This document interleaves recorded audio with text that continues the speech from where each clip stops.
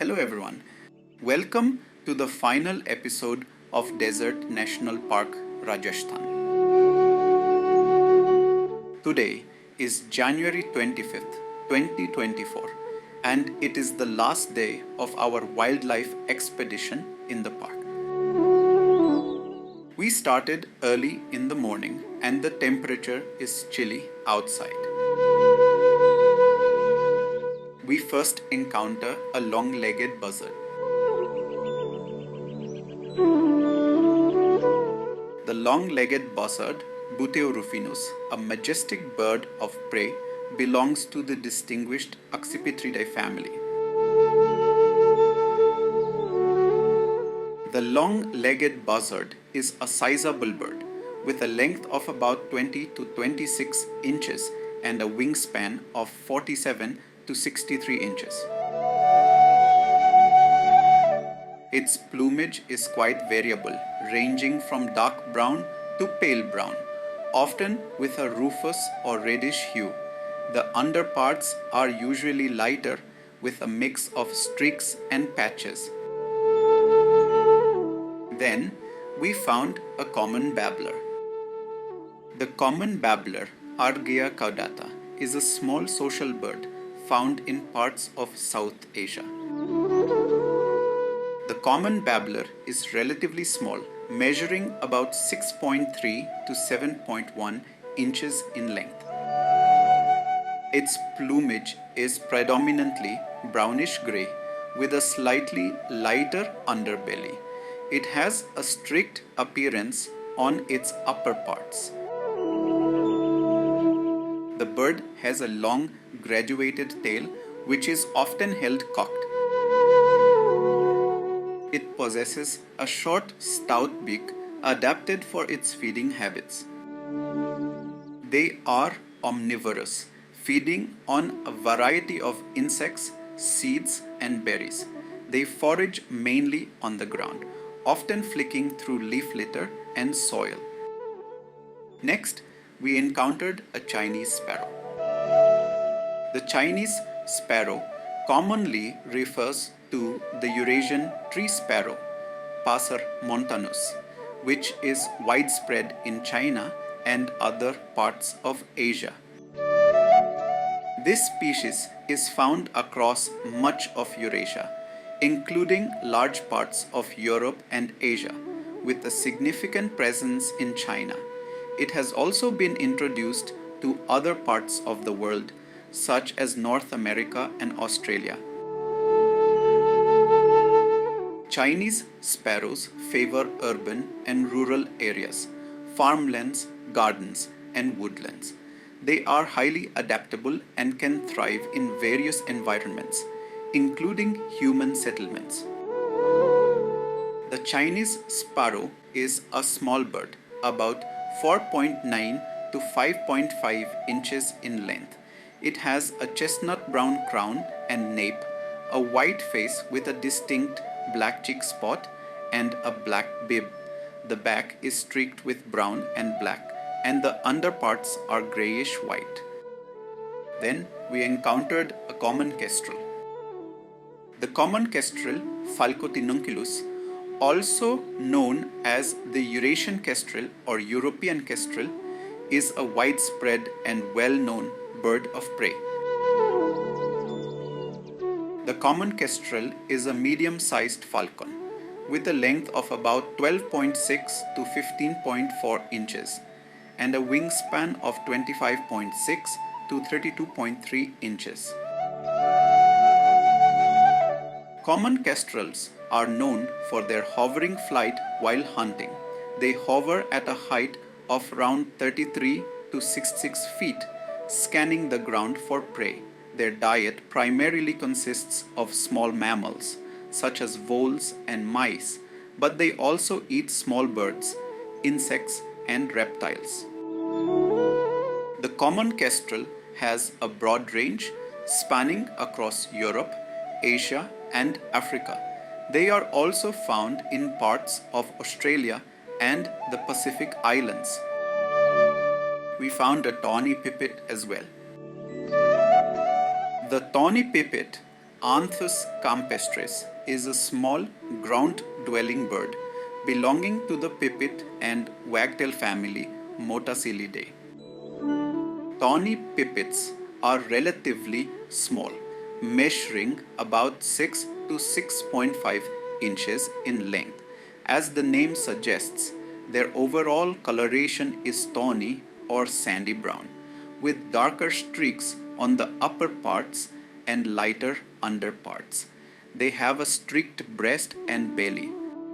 Then we saw a group of Eurasian vultures and an imperial eagle perched on the same treetop.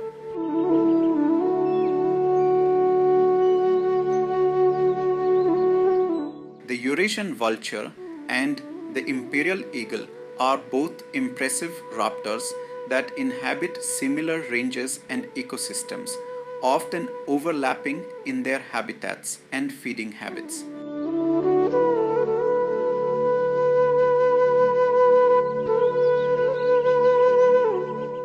Both species are large birds of prey that play important ecological roles in their respective ecosystems. While Eurasian vultures are specialized scavengers that primarily feed on carrion, imperial eagles are active hunters that prey on live animals.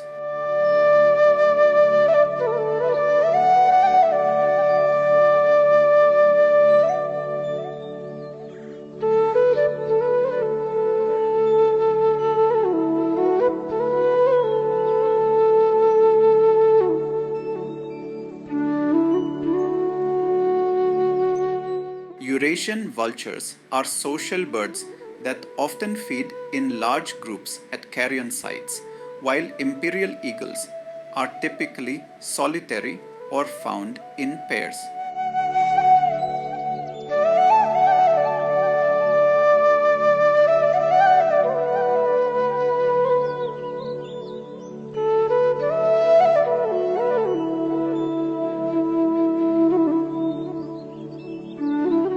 Both species face conservation challenges, including habitat loss, persecution, and poisoning, which highlight the need for conservation efforts to protect these magnificent birds.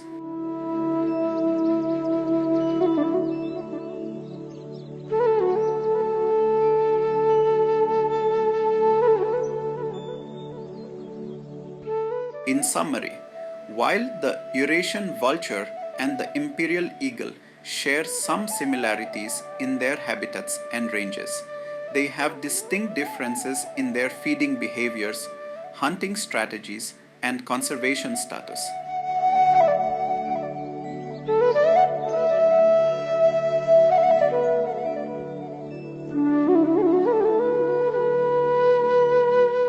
Our path crossed with an Indian fox. Indian foxes are well adapted to arid and semi-arid environments, with their nocturnal habits helping them avoid the heat of the day.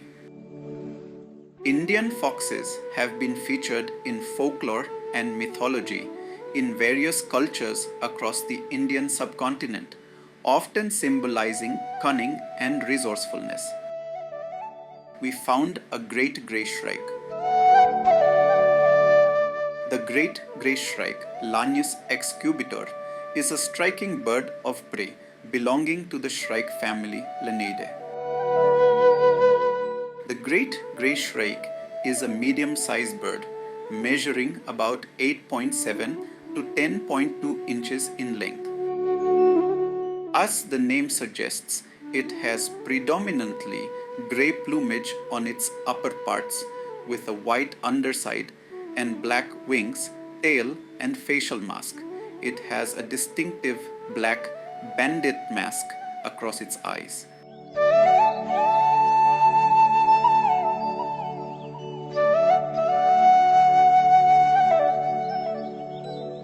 Great grey shrikes are carnivorous birds that feed primarily on small vertebrates such as rodents, birds, and lizards.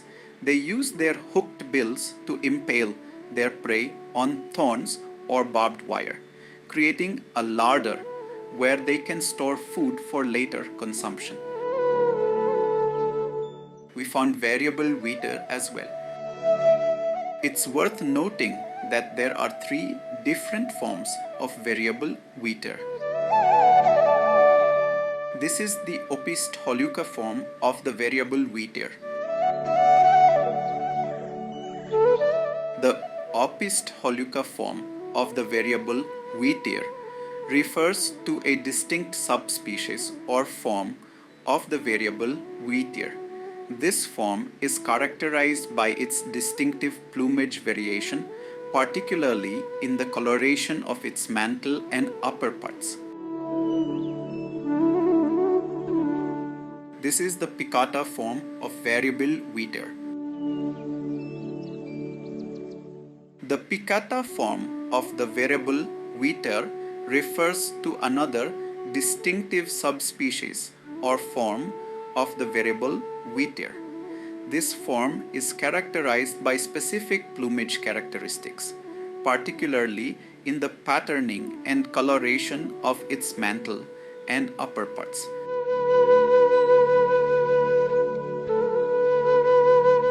It typically has a pale gray to brownish gray mantle with prominent black streaking, creating a mottled or spangled appearance.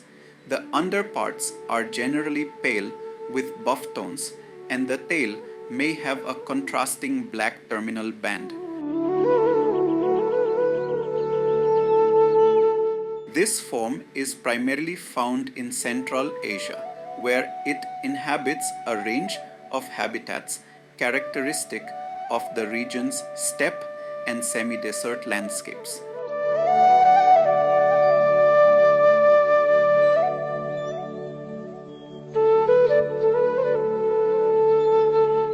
This is the capistrata form of variable Wheatear.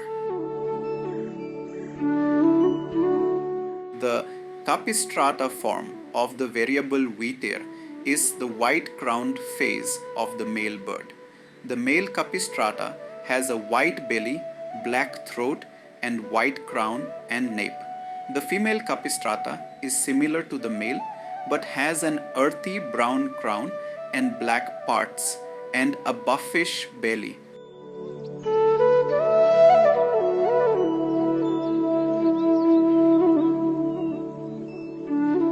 We found a desert warbler.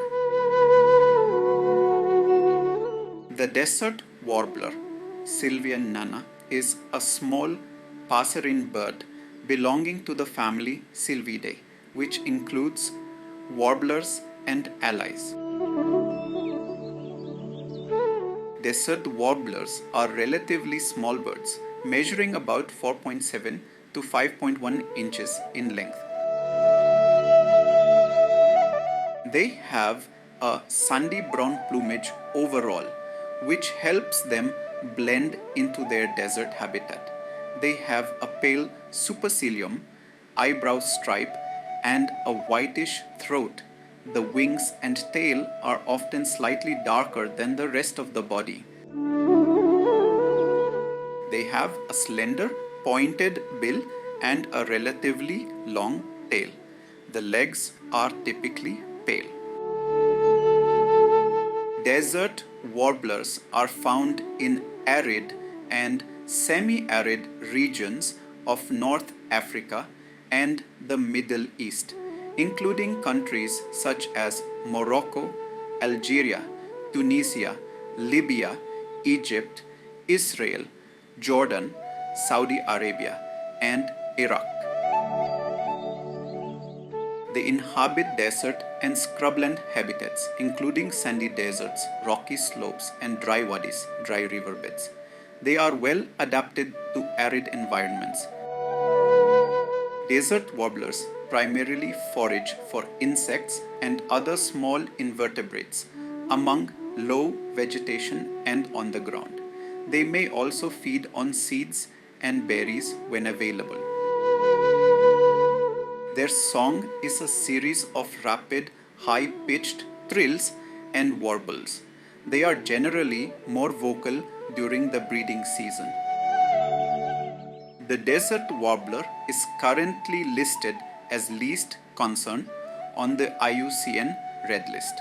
Although specific population trends are not well documented, they are relatively common within their range and do not face significant threats.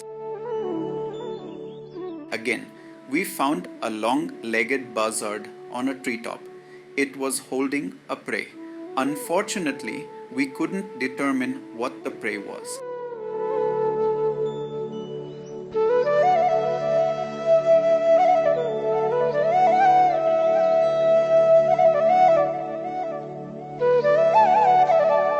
A flock of black-crowned Sparrow-Larks was found on the ground.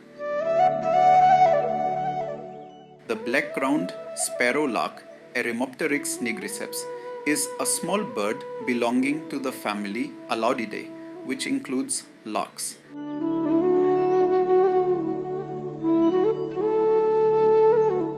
Black-crowned Sparrow-Larks are small birds, measuring about 4.7 to 5.5 inches in length.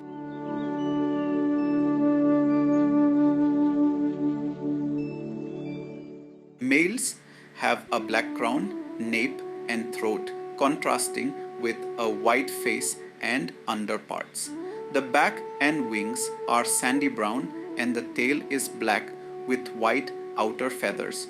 Females and juveniles have a browner overall plumage with less distinct black markings.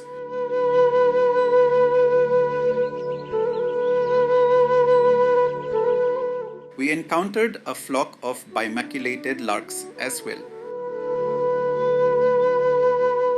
The bimaculated lark, Melanocorypha bimaculata, is a species of lark belonging to the family Alaudidae. Bimaculated larks are medium-sized birds, measuring about 6 to 7 inches in length. They have a sandy brown plumage overall, with streaking on the back and wings. The face is typically pale and there is a distinctive black patch on the breast, which gives the species its name. Bimaculata refers to the two black spots. The tail is long and often has white outer feathers.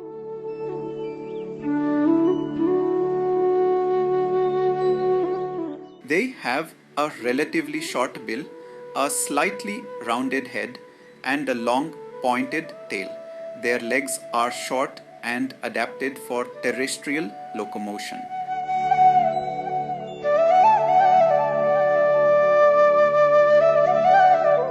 Finally, we got a glimpse of Merlin. The Merlin Falcon is a small but fierce falcon species known for its agility and speed. Our expedition in Desert National Park ends here. I will be back with a new video soon. Until then, stay well.